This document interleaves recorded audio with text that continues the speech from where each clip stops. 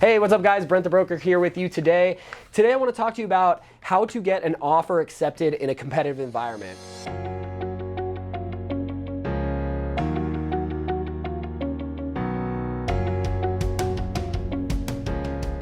Before we jump into today's video, subscribe to the channel, drop the video a like, and turn bells on for notification. We'd appreciate your support and hope we can keep bringing value to you. And stick around to the end of the video for the pro tip of the day. Getting an offer accepted in a competitive environment. Right now, there's a few things going on in the market. Interest rates have been on the increase for quite a while.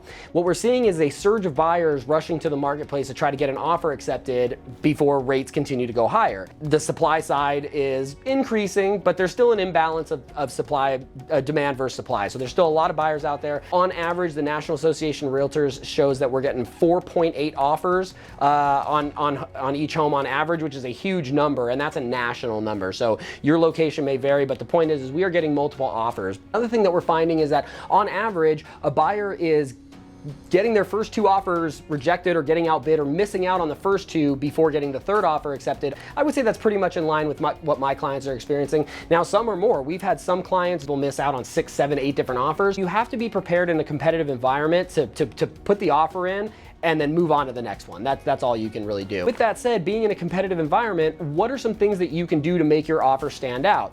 Well, every year they do a survey of what sellers are looking for in an offer. And the top two things are the same every single year. Number one is money, and number two is certainty of sale. So the sellers want to know once they get into a contract with a buyer that it's actually going to close so that they can plan the next stage of their life, right? So some financial things you can do. Obviously offering more money, going over list price, giving them more money, offering over asking price. Now, work with your agent to make sure, one thing we want to make sure of while we want to be aggressive, we also want to make sure that we stay on your budget and in the parameters for your risk tolerance. So work with your agent, work with your team to make sure that when you're crafting an offer, that it makes sense for you first and foremost, because each person is going to come in with a different personal financial situation.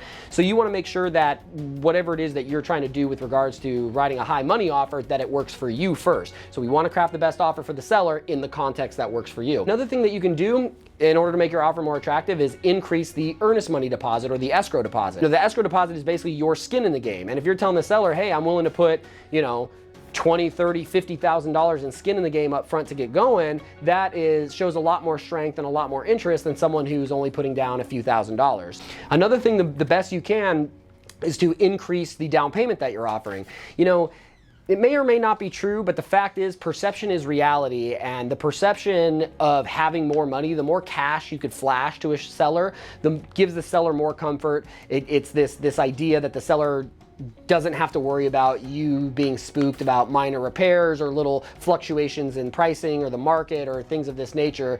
When you have a lot of money, the seller says, okay, this person can weather a little bit of, changes to this deal should that happen. It gives them a sense of certainty, which we agree is important. Speaking of certainty, eliminating or limiting your contingencies and your contingency period. So as we've discussed before, the contract is contingent upon inspection, loan, appraisal, typically. There are some others, but those are the three big ones. If you can get pre-approved for your loan up front, maybe you eliminate the loan contingency. It's one less thing that the seller has to worry about. If you remove your appraisal contingency, the seller says, great, now I don't have to worry about if it comes in low. And if you remove your inspection contingency or your contingencies altogether, the seller's like, great, I don't really have to worry about any of these items potentially disrupting the sale. Money and certainty.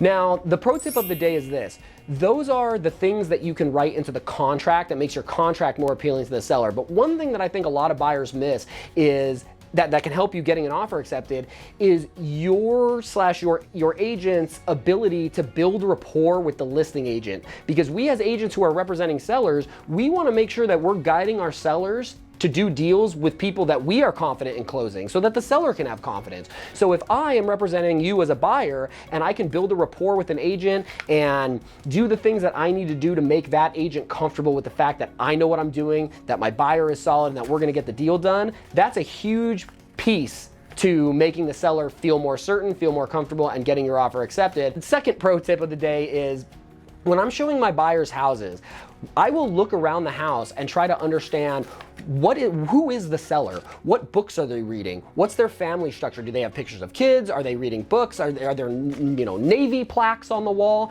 And then what we're going to try to do when we build the offer or talking to the agent, or if we happen to run into the seller, we want to be able to find common ground, because there's a human element to this too. So building rapport with the agent and the seller is another great way to make your offer stand out, even though it's not something you put in the contract. So that's about it for me today, guys. Thanks for watching. Remember to subscribe and put the bells on and like the video. Shoot your comments, feedback. We'd love to hear it, and we'll see you next time.